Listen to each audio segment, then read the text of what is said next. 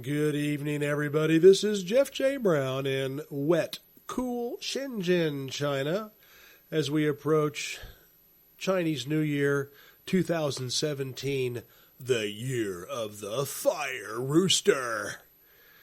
It's going to be a hot one, I'll tell you. If I sound like I have a head of hay, or a head full of cotton, well, it's because I do. I've got a really bad cold, and so please forgive me for not sounding my usual stentorian best. All right, this is a short one, but a very important one. The title of this podcast article, which of course will be fully referenced with lots of hyperlinks and pictures, Xi Jinping's New Year's speech says a lot about what to expect in 2017. Here we go. This year's 2017 New Year's speech by Chinese President Xi Jinping was rich in symbology by intentionally portraying a much different mien than in previous years of his leadership. While most Westerners wouldn't notice the change, it was definitely not lost on the citizens of the People's Republic. The modern art of reading the tea leaves quickly moved into the conversation on China's streets and social media. His presentation shouted out to them and the rest of the world what Xi and the Communist Party of China, abbreviated the CPC, are expecting in this new year of the fire rooster. In earlier years, Xi was in a warm-looking, wood-paneled office, seated comfortably behind a huge bureau. On it were notebooks to show studiousness, as well as several red and white phones to suggest ongoing and urgent lines of communication with all concerned.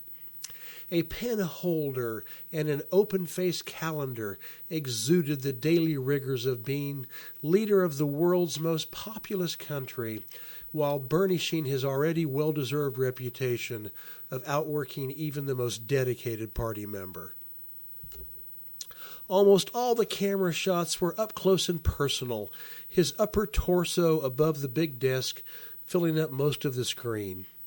He mostly kept his hands clasped together like an avuncular Confucian scholar, leaning into the camera to make important points, and often making hand gestures in a relaxed, personal style.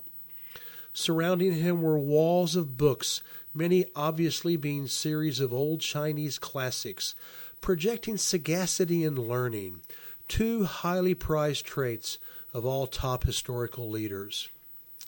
Group family photos with mom, dad, brother, and sisters were prominently shown, as well as an old black and white photo of his father sporting a red star of communism on his People's Liberation Army field cap, all facing the cameras. The implied message, family man, respect for elders, and the legacy of his family in the CPC. In the middle of the bookshelves and right behind him was a smallish ancient painting of the Great Wall, offering subdued strength and protection for the people. Also behind him to his right was a standing national flag of China with the famous five-star arrangement proudly turned towards the viewers. And those 5 stars are the CPC at the helm of farmers, workers, small and large business people. For the last 3 years, a very similar speech in the exact same paneled room with identical accoutrements was given, all signaling to Xi's 1.4 billion citizens continuity, stability, and harmony. The perfect definition of the much-coveted historical heavenly mandate. All was good and predictable. My, oh my, what a difference does a crazy global geopolitical year and a new U.S. president make? And Xi's speech this week showed that in spades. Gone were the warmness, intimacy, and friendly familial ambiance. This year, Xi strode somberly into a large, open, high-ceilinged, sumptuous room with plush carpeting. He stood behind a modern podium that came to a narrow triangular point at the base. 2 microphones were featured on the podium top, while on its front were the national seal of China staring into the cameras. No more Uncle Xi. This year it was President and Chairman of the CPC and the Central Military Commission, the CMC, writ large. He looked like he was riding a mighty steed or steering the country's ship, looking out for treacherous waters from the captain's deck. The carpet had lotus flower floral designs which simplify rectitude, purity, and honesty in Chinese lore. It was not lost on careful observers that Xi's podium was placed in the center of one of these floral patterns, like a presidential lotus bloom rising above the troubled and murky seas of world geopolitics. Gone were Mom and Dad and all the hundreds of books that used to ensconce Xi.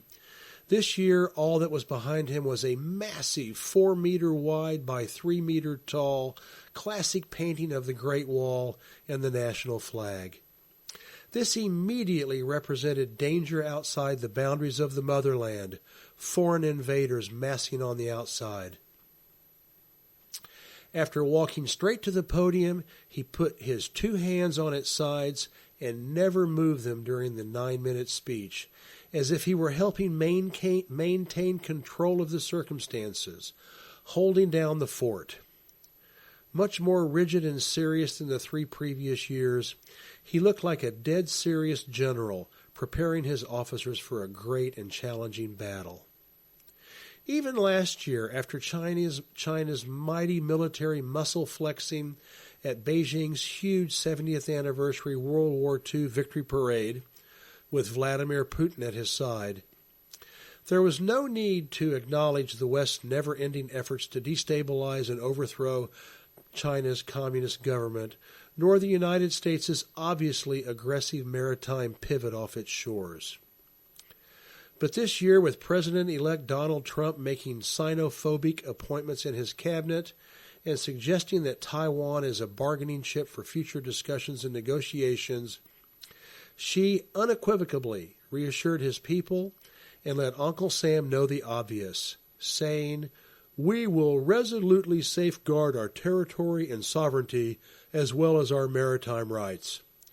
No matter who seeks to make an issue of this, the Chinese people will never give way."